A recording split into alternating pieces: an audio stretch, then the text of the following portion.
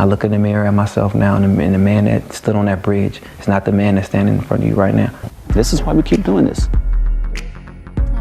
Just one of the more than 200 people whose life was saved when Sergeant Kevin Briggs convinced him not to jump off the Golden Gate Bridge. That interview from NBC Nightly News. Well, now retired, Briggs has written a book titled Guardian of the Golden Gate, Protecting the Line Between Hope and Despair. He's also known as the Angel of the Bridge. Very nice to meet you. Very nice to meet you. What was that gentleman's story right there? Kevin Berthia, amazing individual. I met him on his darkest day of his life when he came to that bridge, which he's never been before, to jump. He was ready. He had a lot of things going on in his life that were just not right. He was adopted. His birth mother wanted nothing to do with him. Started there. His adopted parents divorced when he was 13. He thought he was the cause of it. He suffered from a mental illness, and he was supposed to be on some medication, which can help people if they need it. And he stopped taking it. He wanted a family, started a family. Thought that would be wonderful for him. But his daughter was born 2 months premature. Had to stay in the hospital. And he thought whatever he did caused this. And when she was able to come home, came home with a $250,000 bill for the hospital bill for this. And then he had just lost his job. So he was just spiraling down. What do you do? What do you say? I mean, you've saved 200 lives. I say I helped people, not saved them, but that's what I say. I think I've helped them in a very dark day. I just want to be there for them, and I want to personalize everything. I say, hi, I'm just Kevin. I'm not Sergeant Kevin Richard Briggs with the Highway Patrol. No, I'm just Kevin, and I'd like to hear what's going on. I'm here for you today. I've had a lot of things in my life with cancer and heart issues and traumatic brain injuries and all these things, but I tell folks I don't talk about that because it's about them. Everything is about them. Normalizing their situation and saying, you know what? I think anyone going through all these different things in your life would feel like the way you do. Because many times these folks feel like they're stuffed in a corner all by themselves and they're the only one going through these things. What do you not want to say? You don't want to say, well, why? You know, why are you here? Why'd you do that? You know what you should have done. I say, you should, things not to say. You should calm down. I understand. Things will get better. See, that's interesting. I think I might say, like, it's okay. It's, yeah. Right. Because we get nervous. And we think of that we don't want silence. Silence, oh, I don't know, we can't do that. But you should, no, you know what you should have done. Now, how about, have you tried? Right. You know, calm down. What happens when you're very angry and I tell you to calm down? I get mad. You get more angry. Right. So, and why? Why did you do that? Why are you here? You know, it tends to place blame, and we don't want to do that.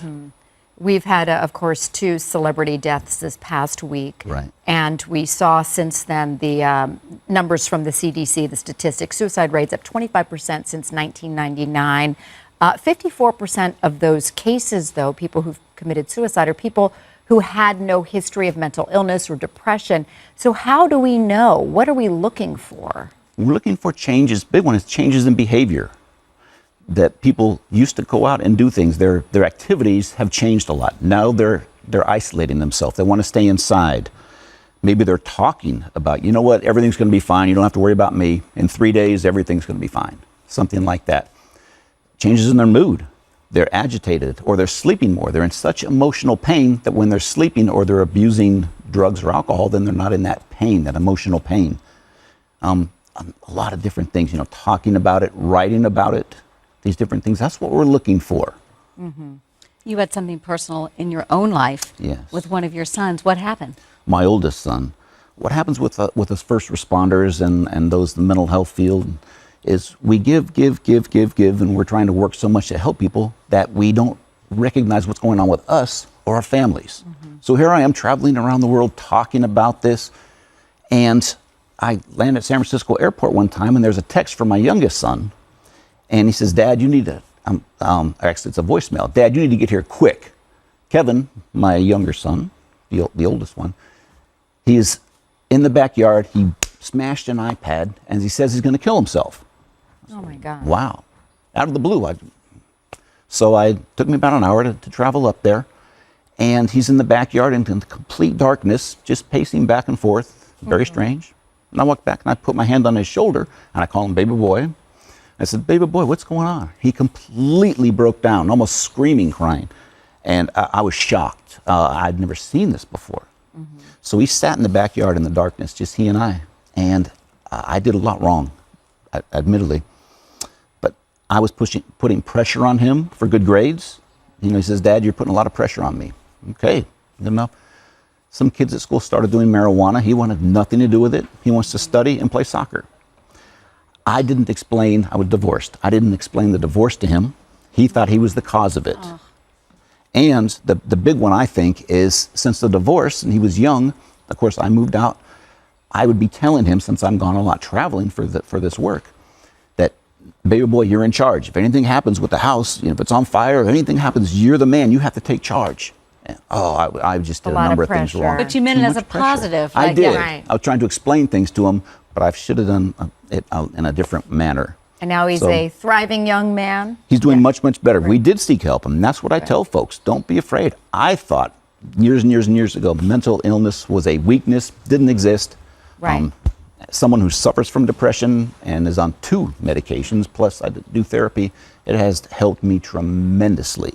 Well, that's why you have such a great connection, I imagine, to those people that you've helped over those years, is that you understand because you've been there yourself. The empathy, to see through their eyes. Absolutely. And to talk about it, as we're doing. That is huge, to talk about. Oh, look at your Here's boys. your handsome brood here. Yes. They're so good looking. Well, thank you so much, Kevin, for all that you've done and for spreading the word. I know you travel around the country and give speeches, so we are honored that, you know, we were able to have a little time with you, especially given all that's happened in the last week. Thank you very much for having me. And again, Kevin's book, Guardian of the Golden Gate, Protecting the Line Between Hope and Despair, is available now.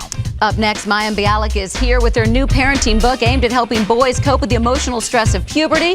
That's